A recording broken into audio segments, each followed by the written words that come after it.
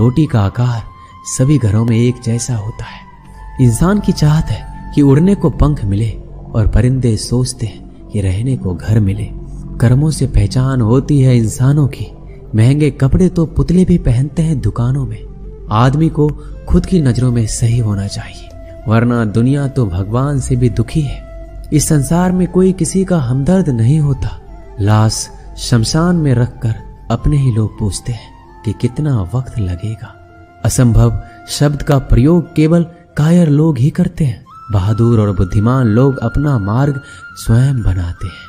कमजोर व्यक्ति से दुश्मनी ज्यादा खतरनाक होती है, क्योंकि वह उस समय हमला करता है जिसकी आप कल्पना भी नहीं कर सकते। एक अच्छे चरित्र का निर्माण हजारों बार ठोकर खाने के बाद ही होता है।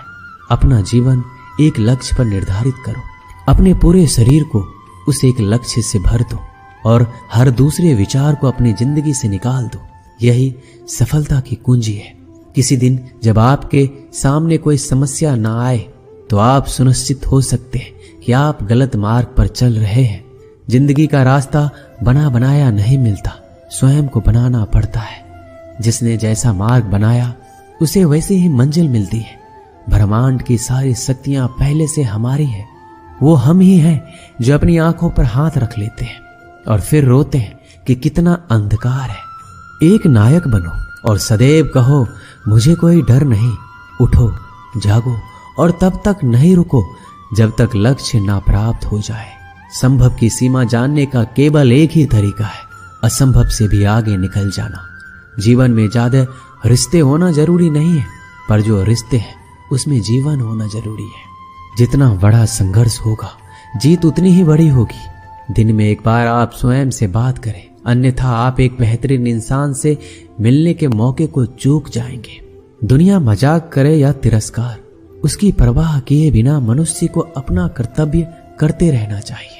जिस तरह से विभिन्न स्रोतों से उत्पन्न धाराएं अपना जल समुद्र में मिला देती है, उसी प्रकार मनुष्य द्वारा चुना हुआ हर मार्ग, चाहे अच्छा हो या बुरा, भगवान तक जाता है। मेरे शेरों, इस भ्रम को मिटा दो कि तुम निर्बल हो। तुम एक अमर आत्मा हो। किसी की निंदा ना करो। अगर आप मदद के लिए हाथ आगे बढ़ा सकते हैं तो जरूर बढ़ाएं। अगर नहीं बढ़ा सकते तो अपने हाथ जोड़िए, अपने भाइयों को आशीर्वाद दीजिए और उन्हें उनके मार्ग पर जाने दीजिए। कभी मत सोचिए कि आत्मा के लिए कुछ असंभव है। ऐसा सोचना सबसे बड़ा विधर्म है। अगर कोई पाप है तो वो यही है, ये कहना कि तुम निर्बल हो। अगर धन दूसरों की भलाई में मदद करे तो इसका कुछ मूल्य है, अन्यथा ये सिर्फ बुराई का एक ढेर है और उससे जितनी जल्दी छुटकारा मिल जाए उतना बेहतर है।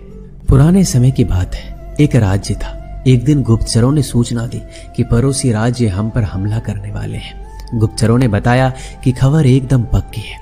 सिर्फ 3 दिनों के भीतर पड़ोसी राज्य अपने विशाल सेना के साथ हम पर हमला कर देगा और उनकी सेना इतनी बड़ी है कि उनका सामना करना बहुत मुश्किल है। राजा बेहद चिंतित हो गया, परेशान हो गया। राजा ने तुरंत सभा बुलाई और सभी लोगों से सलाह मांगी कि अब हम लोगों का मरना तय है। अगर किसी व्यक्ति के पास कोई सुझाव या युक्ति है तो हमें बता सकते हैं। राजा के चतुर मंत्री ने कहा कि अब जान पर बात आ गई है तो इसका एकमात्र उपाय है कि हमें आज ही, अभी ही, इस वक्त ही पड़ोसी राज्य पर हमला कर देना चाहिए। राजा बोला, मंत्री जी, हमारी सेना बहुत छोटी है, हम उनका मुकाबला कैसे कर पाएंगे? मंत्री बोला, पड़ोसी राज्य अभी युद्ध के लिए तैयार नहीं है। अभी उस राज्य पर हमला कर दें तो संभल नहीं पाएंगे और हमारे जीतने की कुछ संभावना बनेगी। वैसे भी हम पर हमला होने वाला है तो वो इतनी विशाल सेना है कि हम यूं ही मरने वाले हैं, और वैसे भी हम 3 दिन बाद मरने वाले हैं, तो क्यों ना कुछ करने से हम ये कर सकते हैं। राजा को बात थोड़ी अच्छी लग गई। उसने तुरंत अपनी सेना को तैयार होने का आदेश दिया और उस राज्य के नागरिक भी सेना के साथ जुड़कर युद्ध में चले गए। पड़ोसी राज्य जो था वहां तक पहुंचने के लिए एक पुल पार करना होता था। जैसे ही वो सेना पुल पार करके उस राज्य में घुसी तो राजा ने कहा, हम अपने पड़ोसी राज्य में घुस चुके हैं। ये जो पुल है, इस पुल को जला दो। और जलाने के बाद सेना को बोल दिया कि हमारे पास में अब और कोई ऑप्शन नहीं है सिवाय लड़ने के। अब हम या तो लड़के जीत लें या फिर हम यहाँ पर मर जाएं। हमारे पास कोई विकल्प नहीं है। सभी सैनिक अपनी पूरी क्षमता के साथ लड़े और पड़ोसी राज्य की बड़ी सेना को हरा दिया। इस कहानी से हमें यही सीख मिलती है कि जब हमारे पास में रास्ता सिर्फ एक होता है कि अगर